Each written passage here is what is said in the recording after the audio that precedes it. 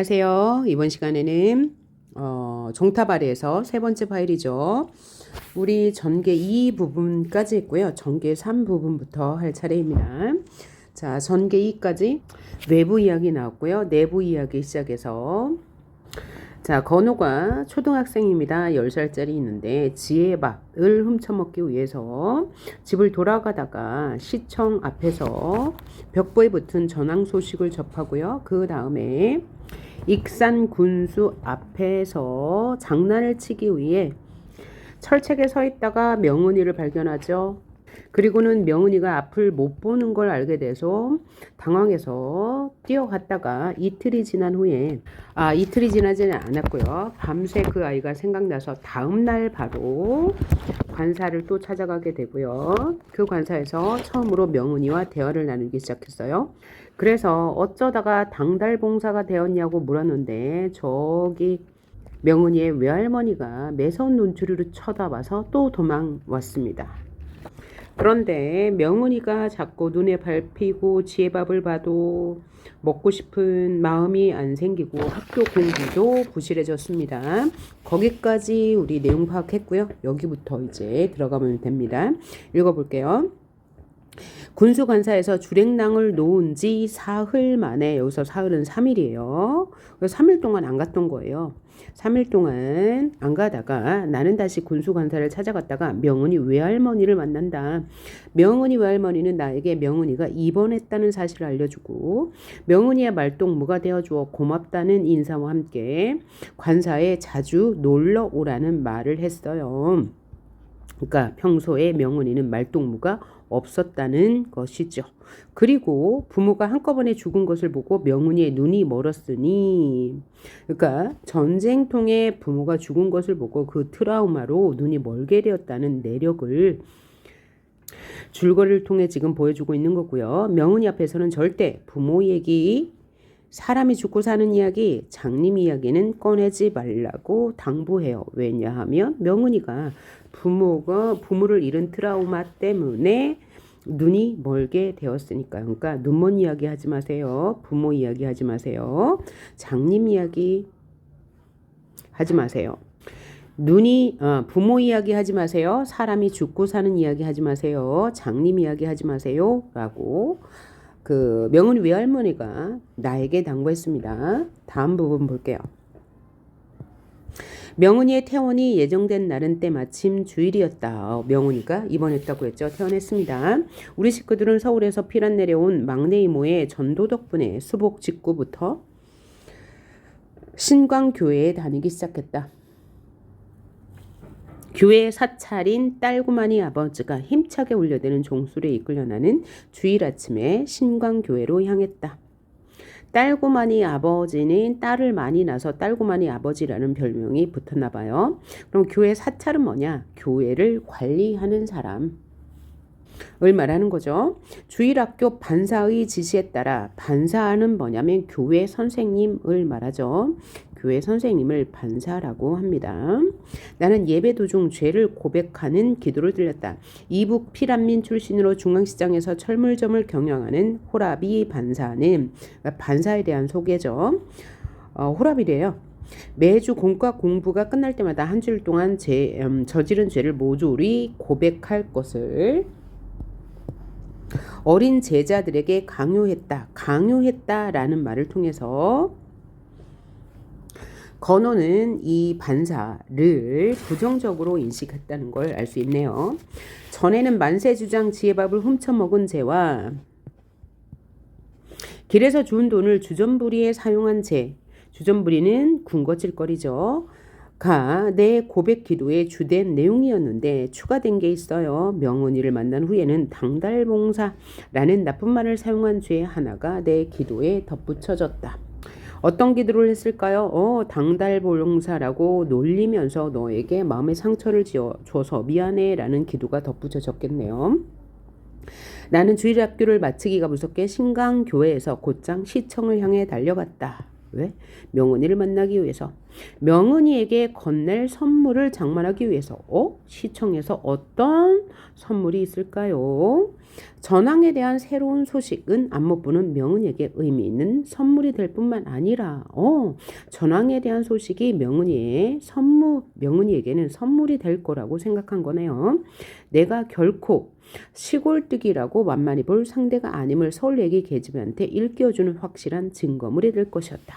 자, 그러니까 전황 소식은 주인공인 내가 생각하기에 명은이에게 선물이 될 것이다. 또 자신은 똑똑하다, 시골 아이라도 똑똑하다라는 인식을 줄 수 있기 때문에 전황 소식을 전하려 하는데 위에 줄거리에서 뭐라고 그랬어요? 외할머니가 3가지 당부를 했잖아요. 첫째는 부모 이야기 하지 말라, 사람이 죽고 사는 이야기 하지 말라, 장님 이야기를 하지 말라. 그 중에서 사람이 죽고 사는 이야기가 전황 소식이죠.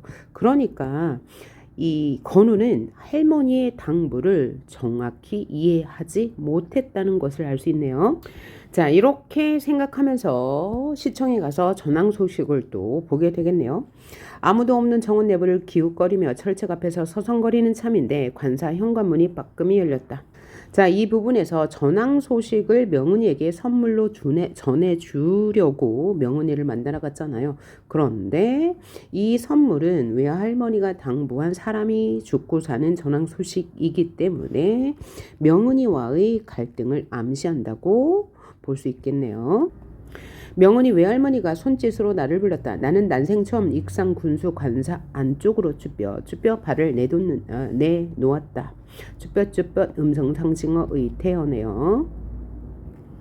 잔뜩 겁을 집어먹은 채 낯선 구조의 양옥집 거실을 통과하는 나를 액자 속에 이승만 대통령이 근엄한 표정으로 보고 있었다. 이승만 대통령은 전쟁 당시의 지도자죠. 그래서 당대 시대적 배경을 알 수 있네요. 시대적 배경을 보여주는 부분이고요. 나는 명은이가 들어있는 작은 방으로 안내되었다. 명은이 머리맡을 지키고 있던 나비란 놈 고양이죠. 나를 보더니 이야옹 소리와 함께 냉큼 책상 위로 튀어오르면서 경계의 눈초리를 보냈다.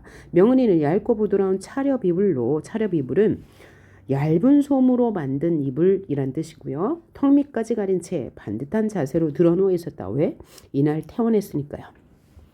며칠 사이에 눈에 띄게 야윈 모습이었다. 좀 말라 보였나 봐요. 그래서 전보다 더욱 새하얗고 전보다 더 예뻐 보였다. 라고 하는 건 명은이에 대한 나의 호감의 말이네요. 멋쩍고 쑥스러운 나머지 나는 괜스레 희죽희죽 웃기부터 했다. 왜? 설레기도 하고 호감의 마음을 가지고 있으니까 조금 이제 멋쩍다, 어색하다라는 뜻이죠. 희죽희죽 또 음성상징어 의태어 이건 모양을 흉내낸 말입니다. 명은이는 보이지 않는 눈을 내 얼굴에 맞추려고 웃음소리를 쫓아 머리를 움직였다. 라고 했는데요. 멋쩍고 쑥스러운 나머지 나는 괜스레 희죽희죽 웃기부터 했다. 그러면 어떤 성격을 암시하는 거예요? 간접 제시한 거죠. 이 나의 성격을 간접적으로 제시한 거예요. 나는 순진무구한 시골아이야 라는 성격을 간접적으로 제시한 거고 또 나의 감정도 간접적으로 제시한 거죠. 기쁘고 설레는 마음 명언을 봐서 이거 확인했고요. 다음 단락 재미있는 얘기 나누면서 천천히 놀다 가거라. 할머니야 말이죠. 명은이 외할머니가 자다리 동동 뜬 수정과 그릇과 과자가 수북이 담긴 쟁반을 땅바닥에 내려놓았다. 명은이 외할머니가 방에서 나가기를 기다려 나는 준비해온 선물 보따리를 다짜고짜 풀기 시작했다.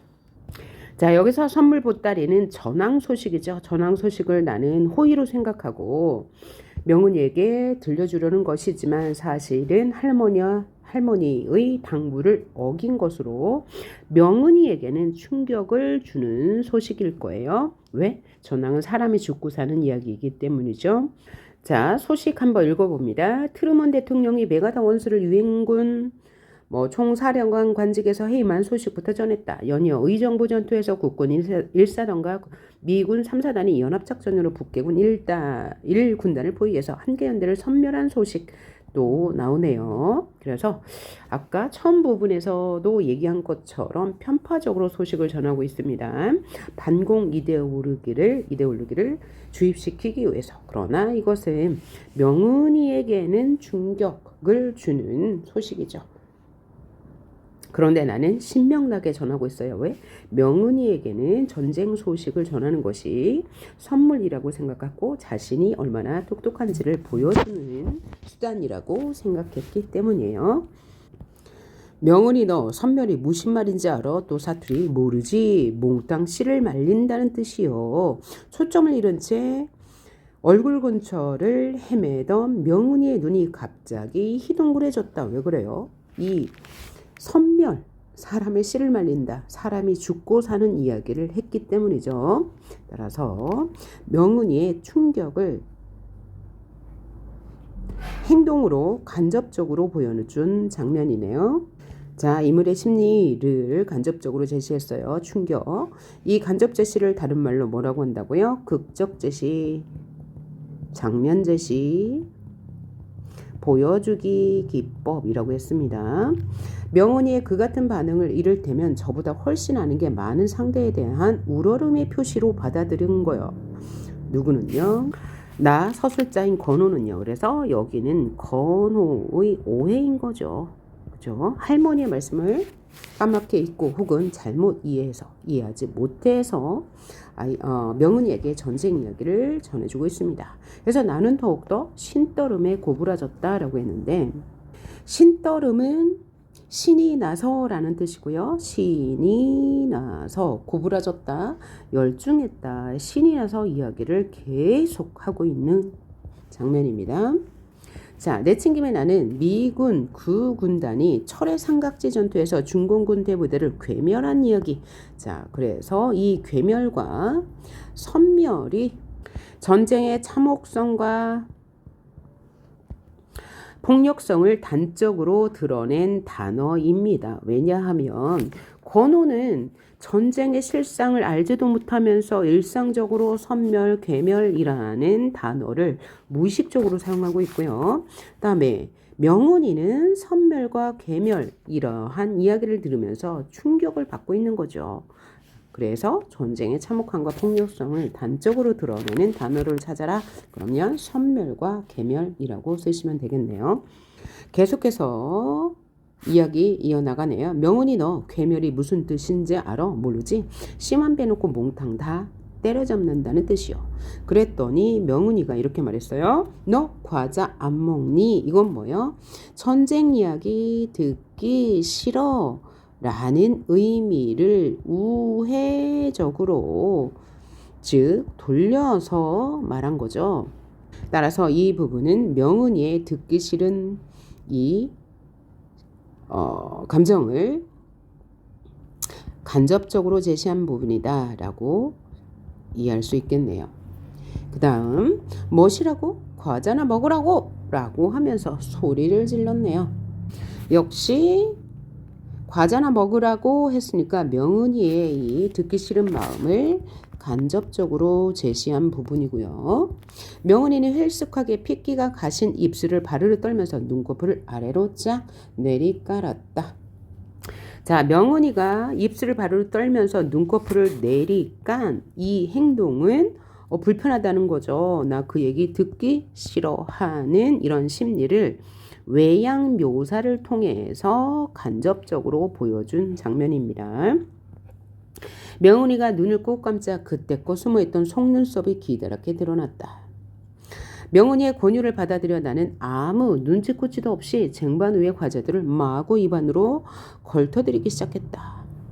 와, 나는 눈치가 없어요. 눈치가 없다는 말은 미성숙하다는 얘기죠. 아직 명은이의 심리가 어떤지 파악할 줄 모르는 미성숙한 나의 모습 드러나죠. 명훈이는 끝내 과자에 손도 대지 않았다. 명훈이는 단 하루 사이에 놀라우리만큼 기력을 되찾아 이튿날 또다시 정원에서 나비와 함께 놀기 시작했다. 나를 피해 정원수 위로 피어버린 나비를 대신해서 얼른 공을 집어들어 명훈이에게 돌려준 다음 나는 득이에 찬 목소리로 그날치의 선물을 또 얘기하네요.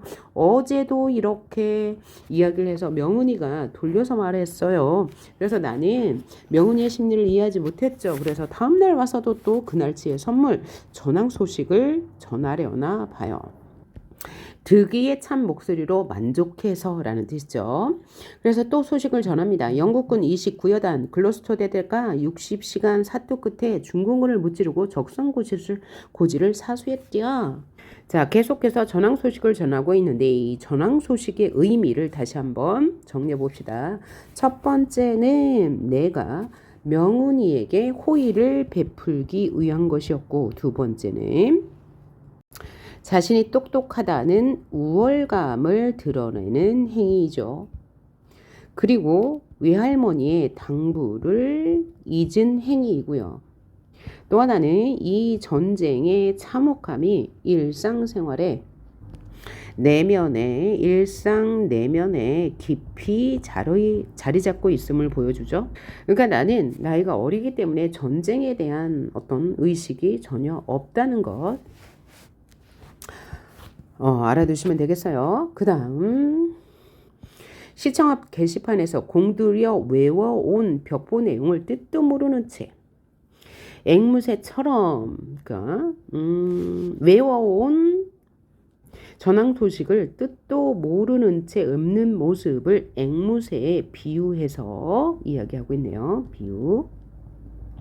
나는 명훈이의 반응을 살폈다. 아니나 다를까 명훈이의 소나기에서 스르르 힘이 풀리면서 공이 잔디밭으로 굴러 떨어졌다. 명훈이의 그런 반응을 나는 일종의 감동의 표시로 오해한 거죠. 그래서 서울내기 계집애를 감동시킨 데 솜씨에 자부심을 느끼면서 나는 곧장 다음 소식으로 넘어가서요. 좀 긴장감이 감도네요. 자, 이것은 건우의 오해이고 사실은 명은이가 공을 놓칠 정도로 충격을 받는 거잖아요. 여기서 나쁜 충격이죠. 사람이 죽고 사는 이야기이기 때문에. 그래서 명은이의 충격을 혹은 내적 갈등을 행동, 공을 떨어뜨리는 장면으로 간접 제시했다라고 확인할 수 있네요. 그러면서 나는 계속해서 의기양양하게 다음 소식을 전하고 있습니다. 중부전선 임진강 전투에서 우리 국군이 중공군 63군 상계사단을 격퇴하고 대승을 거두었디야. 라고 말하니 듣기 싫단 말이야. 제발 그만두란 말이야. 이건 뭐죠? 명훈이의 심리를 직접 제시했네요. 그만하라고요. 참다 폭발한 거죠. 아주 큰 소리로 말했을 거예요. 자, 직접 제시를 다른 말로 뭐라고 한다고요?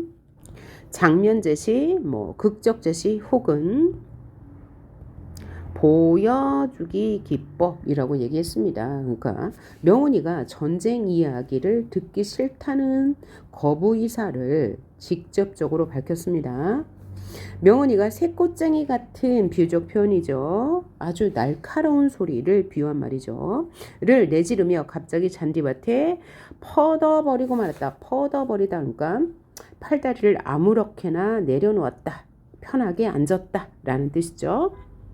전혀 예상치 못한 돌발 사태에 벼랑간 어안이 벙벙해져서 나는 깜짝 놀란 거죠. 어찌할 바를 몰랐어요. 왜? 자신은 계속 의기양양해서 내 얘기에 명훈이가 감동받고 있구나라고 오해했기 때문이에요. 그래서 명훈이가 한 번 더 얘기했네요. 꼴 보기 싫어. 가버리란 말이야. 그죠? 참다 못해 화를 내는 명훈이에요. 제 손으로 제 머리카락을 마구 쥐어뜯으며 명훈이는 거푸 연속해서 새꼬챙이 목소리를 질러냈다. 명은이의 외할머니가 해끔하게 놀란 표정으로 해끔하다 깨끗하고 하얀 표정으로 관사 안에서 허둥지둥 달려왔다. 음성상징어. 가라니까 가는 수밖에 달리 도리가 없었다. 아직도 영문을 모르는 채로 나는 불이 나게 관사를 빠져나왔다. 무엇이 서울 계집애의 성깔머리를 그토록 버르집어 놓았는지 헤집어 놓았는지 혹은 벌려 놓았는지 당최 도무지 모를 일이었다. 나는 오해하고 있었던 거예요. 그동안 내 호의가 무시당한 관사 근처엔 앞으로 2번 다시 얼씬도 않겠다고 다짐하면서 나는 길바닥에 돌멩이를 발뿌리로 힘껏 걷어차 버렸다. 이것은 명은이에게 섭섭한 마음을 그죠? 힘껏 걷어차 버렸다. 간접적으로 제시한 부분이네요. 명은이 외할머니의 신신당부를 기억해서 언뜻 되살려낸 것은 집에 거반 다다랐을 무렵이었다. 자신이 그동안 오해했다는 걸 알게 되었네요. 사람이 죽고 사람을 죽이는 이야기는 절대로 입 밖에 내지 말 것. 3가지 당부 가운데서 나도 모르게 2번째 당부를 어긴 셈이었다. 잘못을 뉘우치고 있네요. 시청 앞 게시판을 기웃거리는 버릇이 내게서 영영 떠나게 되리라는 것을 나는 그때 퍼뜩 예감할 수 있었다. 자신이 외할머니가 한 당부를 잊고 명은이를 힘들게 했으니 다시는 못 보겠다라고 예감한 거죠. 전개 4 부분 봅시다. 혼자서 다짐했던 대로 나는 하루 동안 관사 근처에 얼씬하지 않았다. 그러나 집안에 머물러 지내는 동안에도 내 마음은 관사 언저리를 줄곧 배화하고 있었다. 배화하다 떠돌다. 왜냐하면 명은이에 대한 미안함과 관심 때문에 명은이 생각만 계속 한 거죠. 꼴도 보기 싫다고 명은이가 지르던 쇳소리가 내 귓바퀴를 끊임없이 맴돌았다. 계속 생각이 난 거예요. 더는 참을 수가 없어 나는 결국 다음날 해질녘에 관사를 또다시 찾아가고 말았다. 하루 참았네요. 저녁 노래 물든 발그레한 낮꽃으로 명은이는 정원 한복판에 오두칸이 서 있었다. 저녁 노을에 물들어서 얼굴은 붉고요. 정원 한복판에서 우두커니 서 있는 모습은 왜 그럴까요? 명은이가 외로웠기 때문이죠. 이 건호가 오지 않으니까요. 외롭고 심심했어요. 이러한 무기력하게 아무것도 하고 있지 않는 상태를 말해요. 이 무기력한 명은의 마음, 명은의 심리를 명은의 행동으로 간접 제시한 거죠. 그랬더니 그리고 손에 공이 지어 있고 곁에 나비란 놈도 알짱거리고 있었지만 공놀이는 아예 시작할 생각조차 하지 않을 정도로 명은이는 무기력한 상태에 있었습니다. 그것을 간접 제시했죠. 할 일 없이 어쩔 수 없이라는 뜻이에요. 할 일 없이 먼 산 바라기가 되어 언제까지고 꼼짝도 하지 않은 명은이의 모습을 나는 철책 밖에서 철책 쇠로 된 울타리 한참이나 몰래 지켜보았다. 왜 그러면 한참이나 지켜볼 수밖에 없었어요? 다가갈 용기가 나지 않았죠. 명은이에게 상처를 주었다는 죄책감 때문이요. 자, 여기서도 내가 직접 다가가지 못하는 그 심리를 한참이나 멀리 지켜보았다라고 장면 제시, 간접 제시했죠. 위에서도 마찬가지야. 이렇게 장면 제시, 극적 제시, 간접 제시를 하면 극적 긴장감이 유지되죠. 그런 효과를 누릴 수 있습니다. 대화와 행동으로 보여주니까 당연히 객관적 묘사라고 할 수 있는 거고요. 객관적으로 보여주면 극적 긴장감이 유지되는 효과. 바로 그때였다. 종소리가 땡 하고 묵중하게 울렸다. 한 번 울리기 시작한 종소리는 짧은 실참을 거친 후 땡그렁댕 땡그렁댕 의성어네요. 연달아 기세 좋게 울렸다. 명은이는 느닷없는 종소리에 움찔 놀라는 기색이었다. 종소리가 들려오는 신광교회 쪽을 향해 명은이의 고개가 천천히 들어갔어요. 명은이에게 이 종소리는 의미 있는 소리가 될 것임을 암시하는 부분이네요. 종소리가 의미 있는 부분임을 암시하는 부분입니다. 저녁 노래 한박 젖은 채 종소리에 다소곳이 귀를 기울이는 명은이 모습에서 나는 가슴이 철렁 내려앉으리만큼 묘한 감동을 느꼈다. 자, 그렇게 종소리에 열중하는 명은이의 모습에 내가 감동을 먹고 이제 이야기를 하는데요. 이 종소리는 아주 큰 의미가 있는데요. 뒤에까지 이야기하고 나서 읽은 후에 종소리의 의미에 대해서 정리해 보도록 할게요. 삼일종이요 라고 내가 먼저 말을 꺼냈네요. 삼일종. 삼일종은 뭐냐면 교회의 예배 시작을 알리는 종입니다. 나는 철책 밖에서 내가 와 있다는 사실을 그의 마침내 소리로 기별 전하고 말았다. 그의 마침내 내가 먼저 말을 건넸습니다. 명은이가 화들짝 놀라는 몸짓을 취했다. 나비야 나비야 하면서 명은이가 나비를 부르네요. 하마터면 잊을 뻔했다는 듯이 마치 내가 나타나기 전까지 줄곧 나비와 함께 공놀이를 하고 있었던 것처럼 명은이는 공을 잔디밭 위로 도르르 굴리면서 부산을 떠는 신용을 했다. 왜 이런 신용을 했을까요? 자신이 명은이가 건호를 좋아하는 마음을 숨기고 싶었기 때문이겠죠. 그리고 건호가 왔다는 사실을 아주 태연하게 받아들이고 있다는 마음을 건호에게 전달하고 싶었을 거예요. 그렇죠? 자신이 좋아하는 마음을 숨기려고 태연하게 행동하고 있습니다. 겨냥이 지나쳐 공은 철책 밑을 통과해서 내 발치까지 대굴대굴 굴러왔다. 나는 공을 주워 철책 안으로 던졌다. 왔으면 얼른 들어와야지. 왜 거기서 서 있니? 명훈이도 건호가 왔다는 사실을 알고는 지난 일 잘못에 대해서는 하나 언급하지 않고 왜 안 들어와 하고 책망하는 것으로 보아 이 말은 화해의 의미가 되겠네요. 자, 거기 누구? 하고 묻는 대신 명은이는 나를 책망하는 척 했다. 때맞춰 관사 현관문이 활짝 열렸다. 명은이 외할머니가 꾸짖음 반, 반가움 반의 어정쩡한 기색으로 나를 맞아들였다. 잔뜩 낮곳을 불킨 채 나는 관사 내부를 빠른 걸음으로 통과해서 정원으로 나갔다. 왜요? 부끄러우니까요. 민망하고 쑥스러우니까요. 민망하고 쑥스러워서 얼굴을 붉혔습니다. 자, 그러면서 삼일종이 뭔데? 라고 명은이가 물었죠. 수요일에 치는 종이야. 교회 사람들은 수요일 저녁 예배를 3일 예배라고 하는데 저것은 초종이요. 한참 있다가 제종을 칠 거요. 그러니까 3일종이 수요 예배를 알리는 종소리네요. 자, 명은이한테 미안해하던 참에 나는 도롱태 굴리듯 빠르 말솜씨로 한바탕 정신없이 뭐에 대해서 3일종에 대해서 짓거렸대요. 도롱태 굴리듯 빠른 말솜씨, 비유법이 쓰였네요. 자, 여기서 명은의 심리는 뭐예요? 무기력하고 쓸쓸해하고 외로웠던 어제와 다르게 건호가 와서 반가웠겠죠. 할머니는요, 자신의 당부를 잊고 명은이에게 사람이 살고 죽는 이야기를 한 것이 밉지만 그래도 다시 와줘서 고맙다는 마음이 있을 거고, 나 역시 자신의 잘못을 용서해주는 할머니와 명은이에게 고마운 마음이 있었을 거예요. 여기서 도롱태는 굴렁쇠의 방언입니다. 어머나, 건호 너 교회 다니니?